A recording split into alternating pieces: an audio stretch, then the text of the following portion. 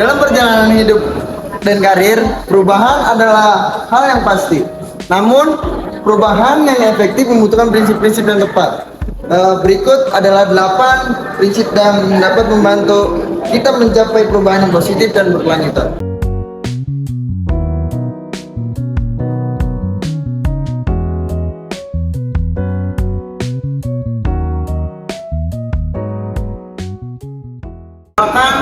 Kami dari kelompok 2, saya Dimas Farijal dengan NIM 11221434. Saya Andika Standar dengan NIM 11221179. Saya Sela Septiani dengan NIM 11221089. Saya Rasul Desa dengan NIM 11221519.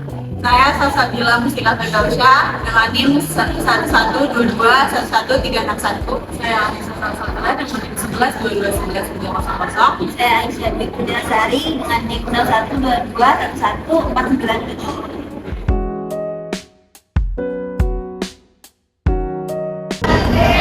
Yang pertama itu ada menciptakan urgensi untuk berubah. Tujuan menciptakan urgensi untuk berubah adalah mengkaji kondisi pasar kenyataan yang tidak dijumpai di persaingan, identifikasi krisis atau kemungkinan krisis yang dihadapi dan peluang-peluang yang ada. Dalam tahapan ini setidaknya mencakup hal-hal berikut. Yang pertama itu ada menciptakan situasi krisis di organisasi di mana banyak sekali kelemahan-kelemahan dan kesalahan-kesalahan di dalam organisasi. Yang kedua itu hilangkan kesan bahwa organisasi memiliki kelebihan-kelebihan fasilitas. Yang ketiga, tetapkan target yang sangat tinggi sehingga menantang dan menyebabkan kehebohan di dalam organisasi. Yang keempat itu, tunjukkan data-data yang menunjukkan kinerja perusahaan yang kurang bagus kepada seluruh karyawan sehingga mereka menyadari perlunya melakukan perubahan. Yang kelima itu ada paksakan interaksi dengan pihak-pihak yang tidak puas dengan proposal pelanggan, pemasok, dan pemangku kepentingan. Yang keenam, gunakan konsultan untuk menunjukkan penilaian yang jujur dan relevan dengan kondisi perusahaan. Dan yang terakhir itu, komunikasikan dengan secara intensif tentang peluang masa depan kepada karyawan termasuk imbalan yang akan diperoleh bila sukses menggapai peluang ini dan penalti bagi mereka yang gagal mencapainya. Membangun polisi yang kokoh. Suatu perubahan adanya butuh keterlibatan individu untuk misalnya ada sampah atau kotoran yang ada di suatu tempat. Bila tidak ada orang yang membuangnya, tidak akan ada yang pernah melakukan perubahan.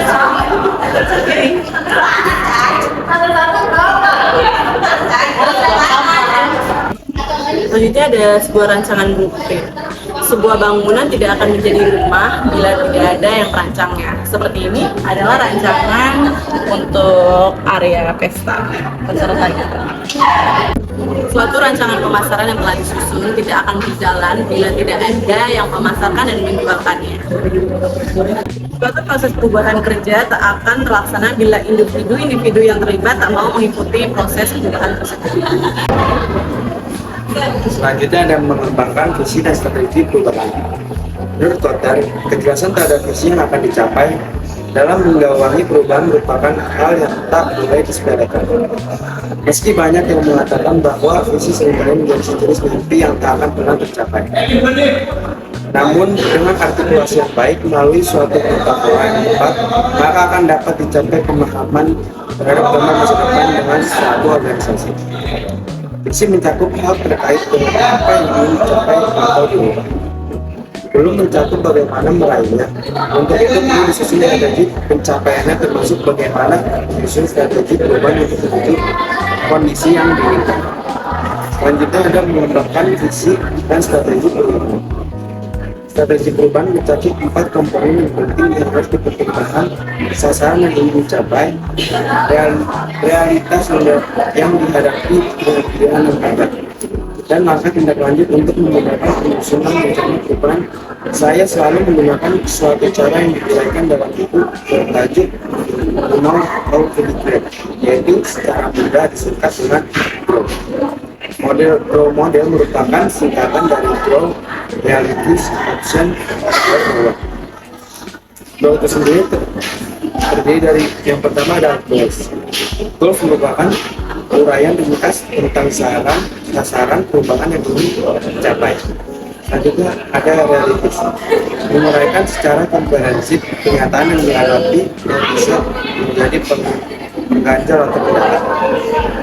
Selanjutnya ada option, menguraikan alternatif strategi yang bisa dipilih oleh perusahaan atau organisasi yang bersangkutan. Yang terakhir ada way forward, pada alasannya merupakan tindakan konkret yang dilakukan setelah pilihan di atas telah diputuskan.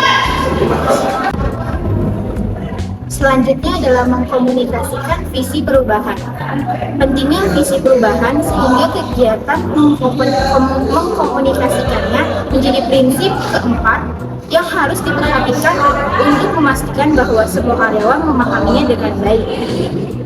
Tujuan mengkomunikasikan visi ini bertujuan untuk mendapatkan pemahaman yang sama bagi semua karyawan dan memotivasi mereka untuk bekerja sama. Yang selanjutnya adalah memberdayakan langkah tindak lanjut yang pokok utama.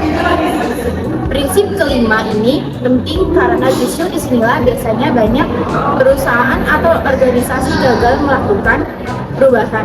Misalnya rencana yang tadinya dibuat terlalu besar dan sulit diimplementasikan, sedangkan untuk mengulang lagi prosesnya akan memerlukan waktu yang lama dan bisa menjadi membosankan karena mengulang lagi proses perencanaan. Selanjutnya ada menciptakan quick wins. Nah, quick wins ini adalah hal-hal yang bisa segera dilakukan menggunakan sumber daya yang ada dan memberikan dampak cukup signifikan terhadap perubahan Februsi yang dahulu pernah ada namun tak terbina dengan baik. Nah, hasil penjualan dengan definisi segera adalah tenggat waktu sebelum mencapai 90 membangun 5 titik distribusi. Satu hal yang harus dicatat adalah tujuannya mengapa quick wins ini harus dilakukan, yakni untuk menyemangati karyawan tentang perubahan yang sedang terjadi. Untuk itu, perlu ditekankan batas waktu 3 bulan itu penting untuk disikapi. Konsolidasi manfaat perubahan adalah proses yang tidak hanya mencakup peningkatan kuantitas, tetapi juga aspek kualitatif, seperti sikap baru dalam berinteraksi dengan mitra, pendekatan yang lebih baik terhadap pelanggan, pelayanan yang konsisten prima, dan meningkatnya kecepatan dalam merespon keluhan pelanggan. Jika pelanggan merasakan manfaat dari perubahan ini, mengundang mereka untuk berbagi pengalaman dan opini mereka dapat memberikan umpan balik bagi perusahaan. Baik, selanjutnya memantapkan perubahan sebagai bagian dari budaya. Prinsip ke-8 ini tentunya baru bisa dijalankan bila perubahan yang dilakukan membuahkan hasil positif dan kemudian perlu dilestarikan menjadi budaya baru di organisasi atau perusahaan yang bersangkutan. Pelestarian perubahan menjadi budaya organisasi tentu tak terbatas kepada perubahan teknis saja. Sebelum menciptakan perubahan, sebaiknya kita memahami prinsip-prinsip dalam menciptakan perubahan yang berarti di dalam sebuah organisasi. Prinsip-prinsip ini diinformasikan dalam suatu kerangka besar model berdasarkan pengalaman.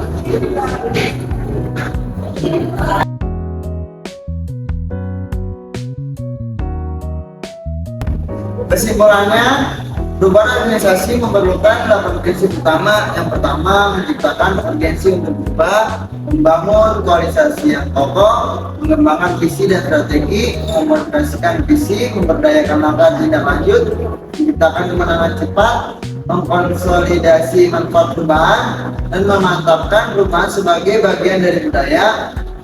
Prinsip-prinsip ini bertujuan untuk mengidentifikasikan bisnis dan peluang, melibatkan individu kunci dan motivasi karyawan, menerapkan langkah konkret mencapai hasil cepat, mengukur dan mengevaluasi manfaat, serta mengintegrasikan perubahan ke dalam budaya organisasi. Sekian video dari kelompok kami. Kurang dan lebihnya mohon maaf. Assalamualaikum warahmatullahi wabarakatuh. Bye-bye. 2 hours later. Ya.